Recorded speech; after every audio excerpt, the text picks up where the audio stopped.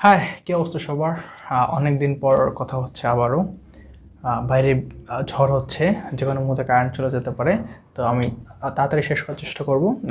তো আজকের কথা বলছি আমরা মোরিসেকি বই ঘরের দিনগুলো, এই বইটা নিয়ে। আমি বইটা সম্পূর্ণ পড়িনি, 40 পেজ পর্যন্ত পড়তে পেরেছি। আন্দোলনের আগে 20 পেজ পড়েছিলাম। তারপর আজকে আবার ধরলাম, শুরু থেকে ধরলাম আবার 40 পেজ পর্যন্ত পড়েছি, এবং তারপর মনে হচ্ছে যে আসলে এই বইটা সামনের দিকে আমার পড়া উচিত না, বা না পড়লেও চলে তেমন। হ্যাঁ, তো কেন বলছি এটা বলার আগে একটা কথা বলা লাগে যে এই বইটার কাহিনীটা কি নিয়ে। আমি কাহিনীটা বলি, তাহলে আপনারা বুঝতে পারবেন। এই বইটার 40 পেজ পর্যন্ত যে কাহিনীটা হচ্ছে, তারপর প্রেডিকশন করে পরের যে কাহিনীটা, সেটা আমি আপনাকে একটু বলি যে কী হতে পারে। আপনারা হয়তো অনেকেই বইটা পড়ে থাকতে পারেন, সো যদি ভুল কিছু বলে থাকি তাহলে শুধরে দিবেন, কমেন্টে জানাবেন। হ্যাঁ, তো তাকারাকো নামে একটা মেয়ে রয়েছে, তো তার রিসেন্টলি ব্রেকআপ হয়েছে। তো তার যেই বয়ফ্রেন্ড, সে অন্য তারই একটা কলিগ অন্য একটা মেয়েকে বিবাহ করছে। তো বাট তাকাকো ওই ছেলেটাকে ভালোবাসতো, এবং এই যে ব্রেকআপের পেইন, হ্যাঁ, এই ব্রেকআপের পেইন সে আসলে নিতে পারছিল না। সো এই কারণে তাকে চাকরি ছাড়তে হয়, মানে সে নিজে থেকে চাকরিটা ছেড়ে দেয়, এবং এই ব্যাপারটা তার মায়ের সাথে শেয়ার করে। এবং তার মা, তার মামা, নাম হলো সাতুরো, হ্যাঁ, সাতুরো বা সারু, তো এরকম একজন, তো তাকে জানায়, এবং তার মামা তাকে ফোন দেয়। ব্যাপার হচ্ছে তার মামার সাথে তার কথা হয়েছে বা জানাশোনা ছিল 10 বছর আগে। হ্যাঁ, তো তার মামা তাকে বলে যে তার যে বই সব, হ্যাঁ, মরিসাকি, এই মরিসাকিতে যাতে সে আসে। হ্যাঁ, তাকে ইনভাইট করে এবং তাকে এখানে কাজ করার একটা সুযোগ করে দেয়, যে এখানে তাকে সকাল হতে কাজ করা লাগবে, কারণ সে সকাল থাকতে পারে না, আর কিছু সাহায্য করার জন্য। তো আহ, তাকো তাতাকো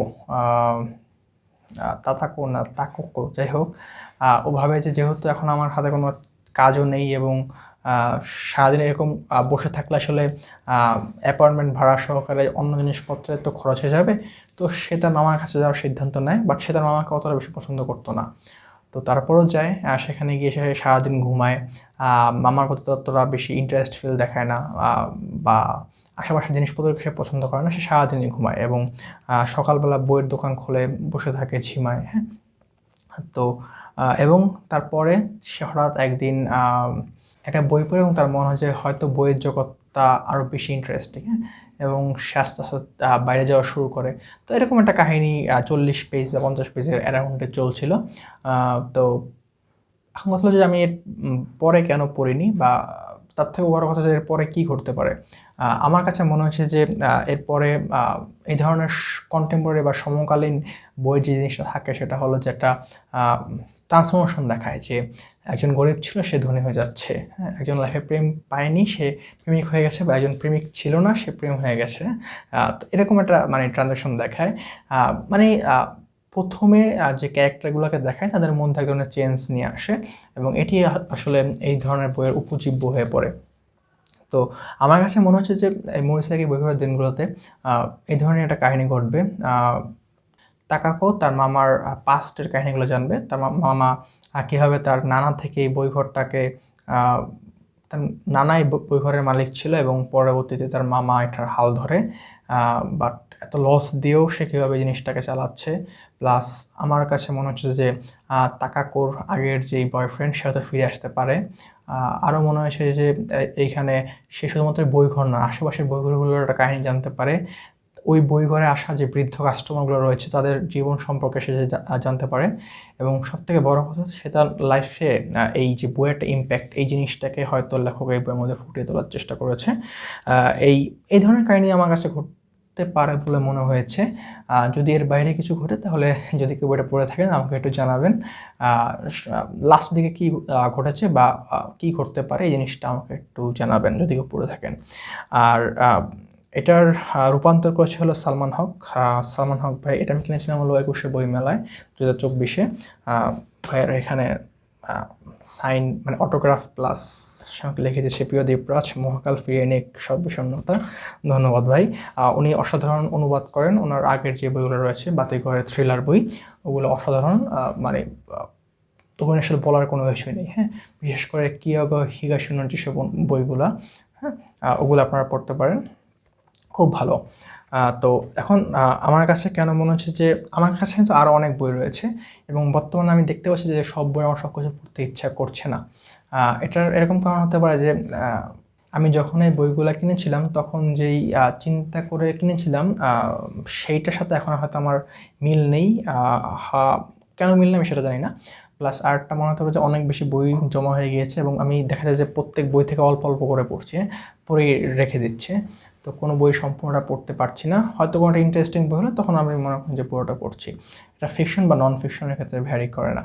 আর সবথেকে বড় কথা সেটা হলো যে দুজনের আমি নাম বলবো। একটা হলো যে ইউভাল নোয়া হারারি, সে বলেছে যে তার নতুন যে বইটা আসছে নেক্সাস, ওটার মধ্যে হলো যে তিনি তথ্য, ইনফরমেশন এবং নলেজের ভিতর একটা গ্যাপ দেখিয়েছেন। সেটা হলো যে আমরা আগে ইনফরমেশন পেতাম না, বাট এখন আমাদের কাছে প্রচুর ইনফরমেশন। সো বেশি ইনফরমেশন আমাদের জন্য ওই যে বদ হজম হয় না, তো বদ ইনফরমেশনও হতে পারে।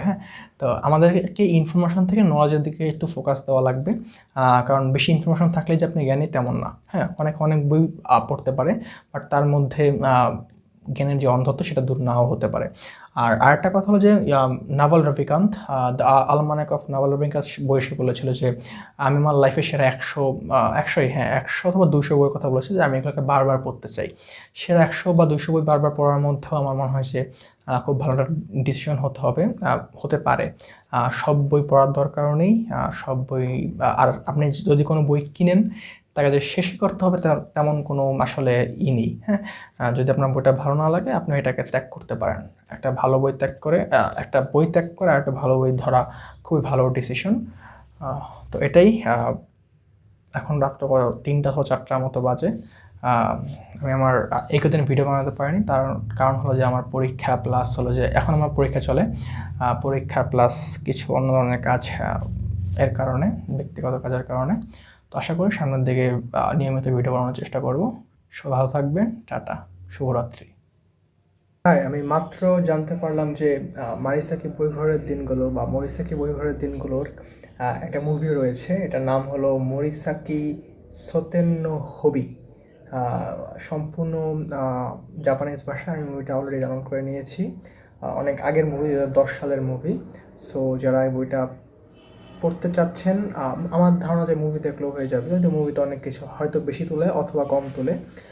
তো যাই হোক, এটুকুই শুধুমাত্র সংযোজন করলাম। ধন্যবাদ।